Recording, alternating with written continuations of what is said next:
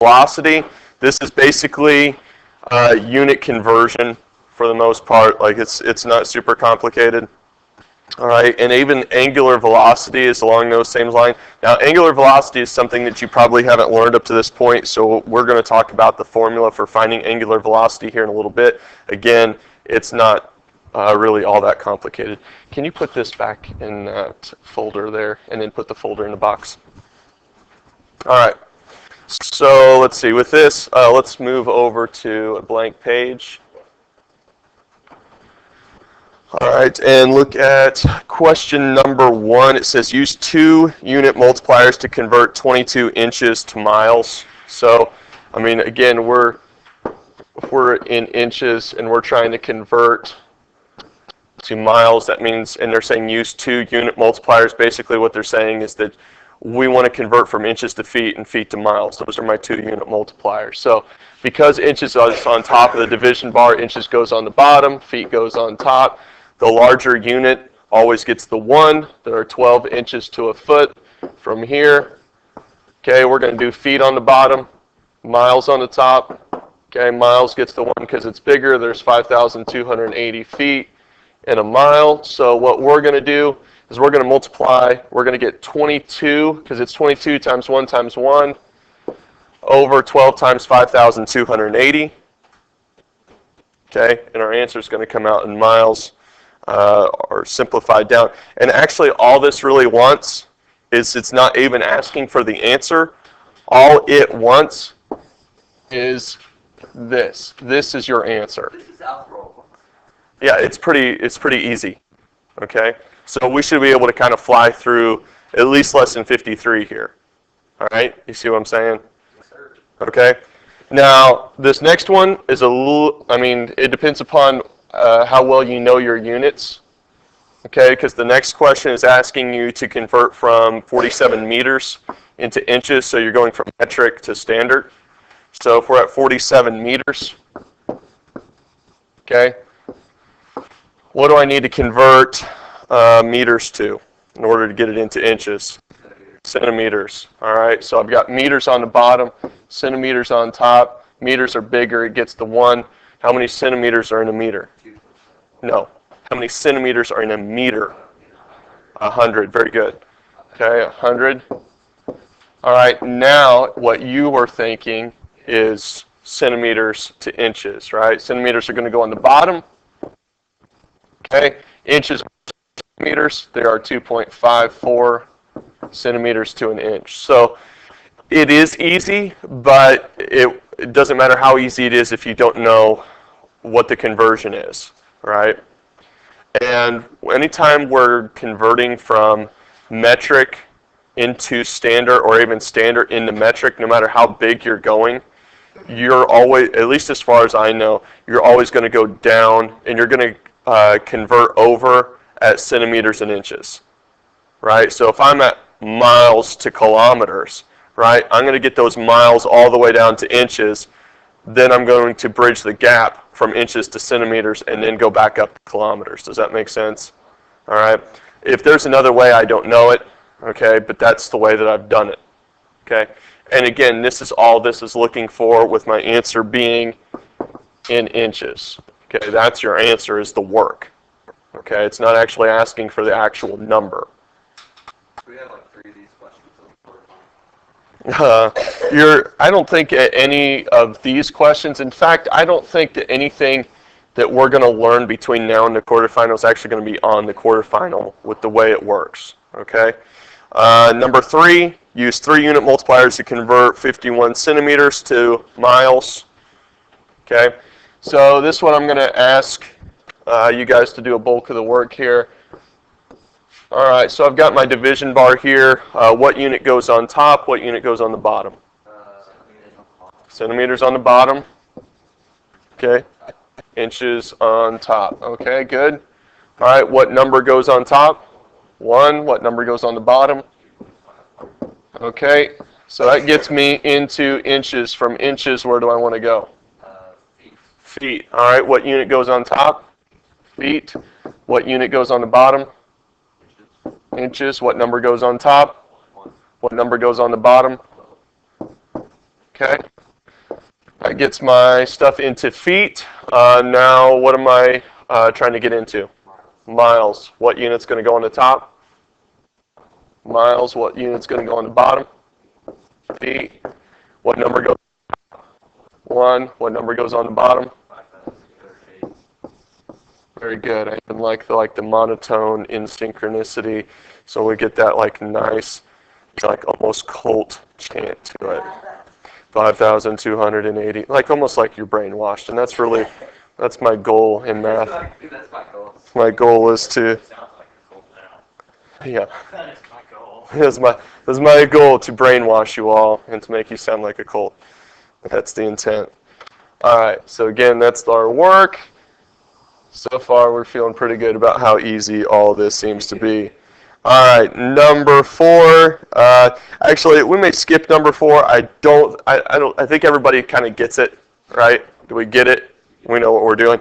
Now, if you're working out number 4, your answer is D. All right, if you want to go ahead and try that out, you're converting from 32 inches to meters. Notice that they're not showing what units you're in from step to step. And notice that it just says 2.54. That's because that's 2.54 over 1, right? 2.54 centimeters over 1 inch, so that's all they're showing there. And then as you go to meters, you've got your 1 meter on the top, 100 centimeters on the bottom, right? So that's what you're looking for. All right, number 5. Let me get back so that you're seeing what that question actually looks like.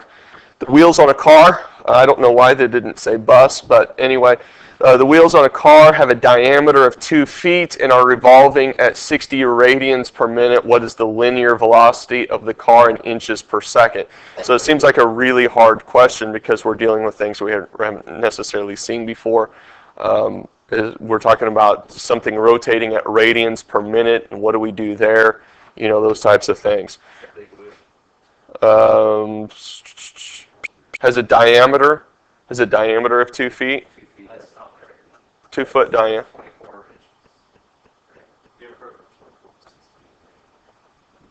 Okay. No, that's a wheel. It did. Yeah. Okay, so we're taking it a little seriously here. Our formula for this is V equals R omega. I know it looks like a W. It's actually a Greek symbol for omega. Yeah, I think I've got that right. Okay, it's like the lowercase omega. Huh? Last letter in the Greek alphabet. Yeah, but the lowercase, like you used to see like something like that for omega. Yeah, but the lowercase looks like a W. So these different things stand for, obviously things in here. So like V equals linear velocity. So your V comes from velocity. Okay. Your R is your radius. Okay. And our omega, or I guess if you just want to call it a W, that's fine, is your angular. I'll probably spell it wrong there.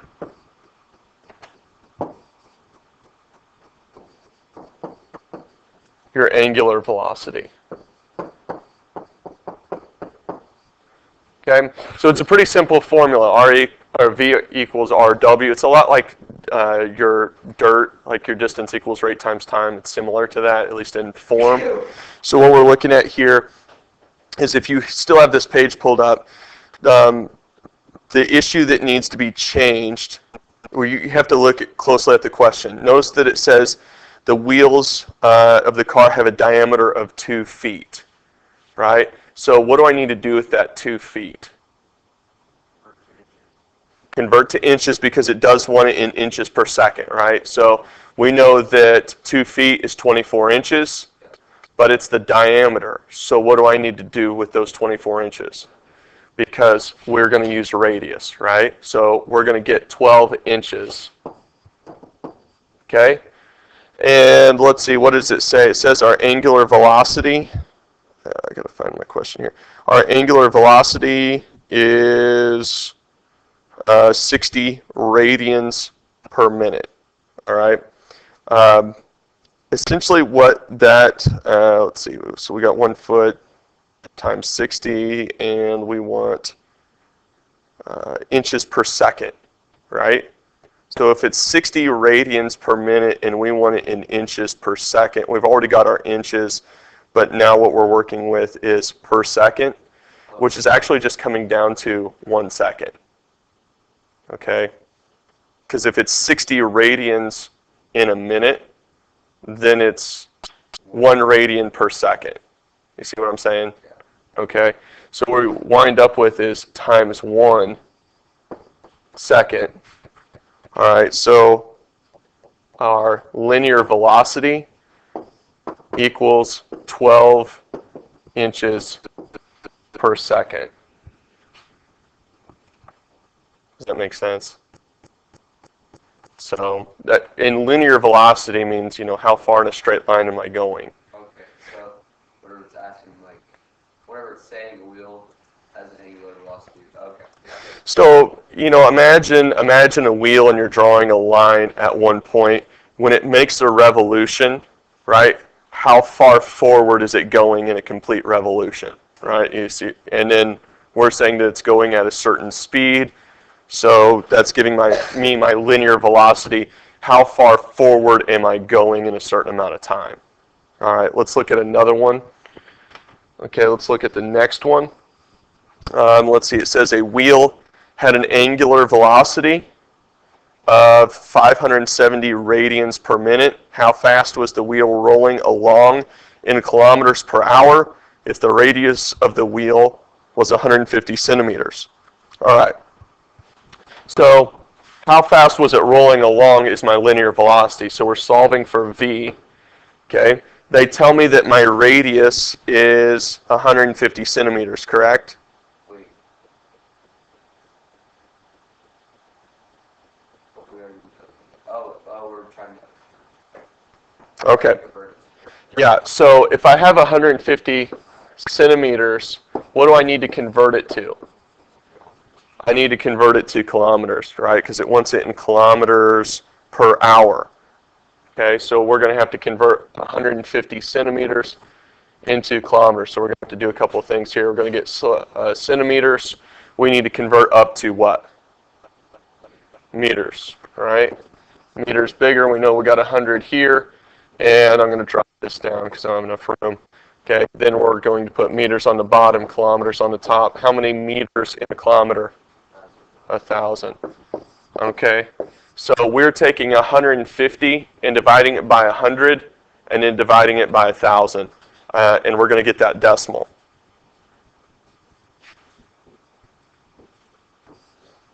Let me tell me what 150 divided by 100 or times 100th times 1,000th is.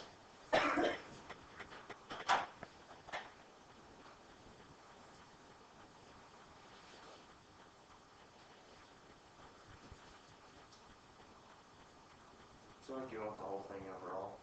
No, not the whole thing. I just want the kilometers to start with. Okay, so the kilometer is 0.001. 0.0015 kilometers. Okay.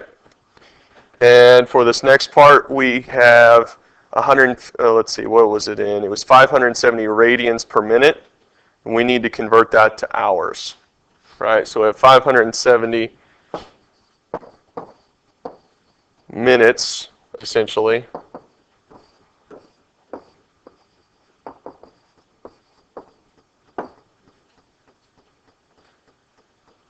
Hold on. I think this ends up going the other way around.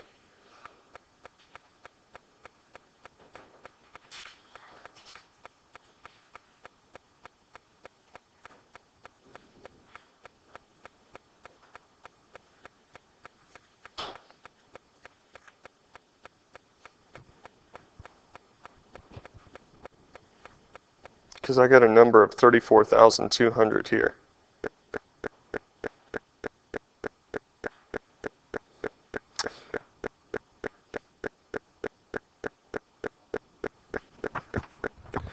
to have like awkward silence recorded. So, okay.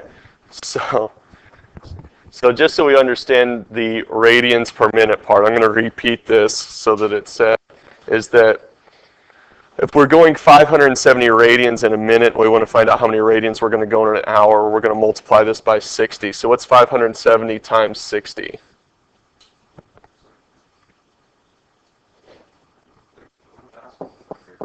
Okay, so we're going 34,200 radians per hour. Okay. Okay. So we're going to take 0.0015 and multiply it by 34,200, and that's going to tell me how many kilometers per hour we're going. 51.3 kilometers per hour. Okay, that makes sense. Sorry about that. All right. Let's see. Number 7, just so we get a little bit more practice with this, because I feel like I did a pretty poor job of explaining that last one.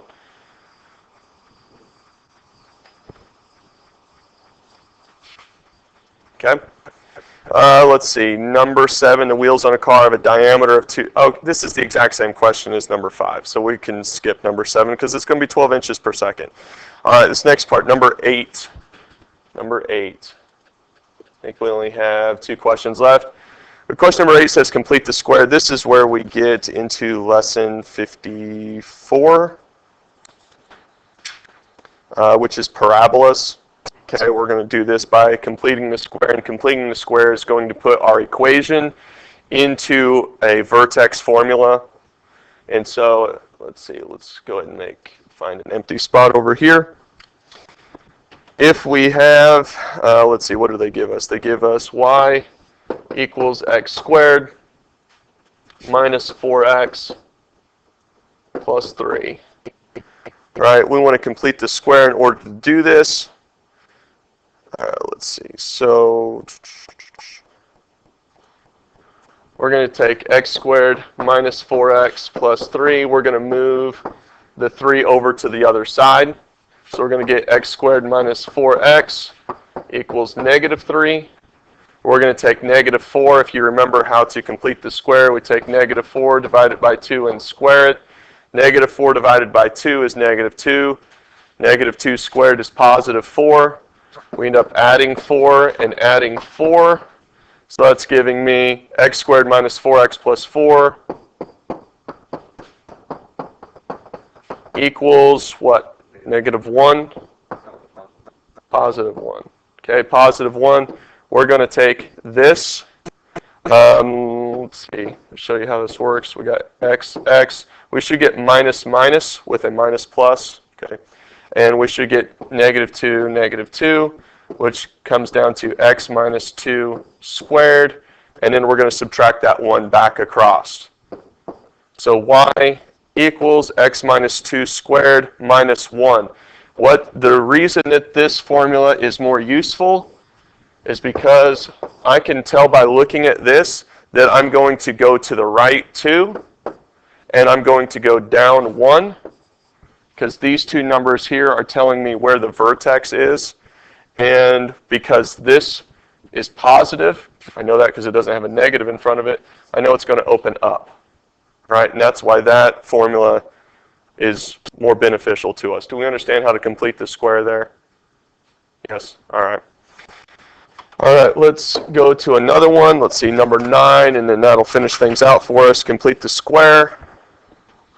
We have y equals x squared minus 2x plus 2. So if you bring this down, so we can write it off as x squared minus 2x plus 2 equals 0. What do I want to do with this 2?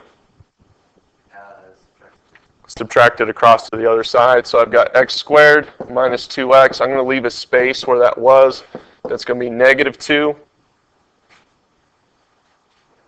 Okay. What do I do with my negative 2 here? Okay, what's negative 2 divided by 2? What's negative 1 squared? Positive 1. So we're going to put positive 1 here and positive 1 here. We can factor down that side. We know we're going to get, what, -1 over here. Okay, I got x and x. I should get minus. What are my numbers going in? 1 and 1. Just going to reduce to x minus 1 squared. What am I going to do with my -1 on the other side? Bring it back over. Y equals x minus 1 squared plus 1. If I was to graph this, how far to the right am I going to go? 1. I'm going to go 1 to the right. How far am I going to go up or down from there? What? No. That negative tells me I'm going right, but this positive tells me I'm going up. So what goes inside the parentheses is going to use the opposite sign of the direction I'm thinking of, right? Okay, so that's my vertex at 1, 1, and because it's positive here, it opens up. Okay, so if you're looking at a graph, right, you said it was D, and you would be correct. Okay, all right, is that enough information for you guys? Okay, so even if you guys get this assignment done, and I think it's completely doable, okay, then come in tomorrow and work on your review, okay?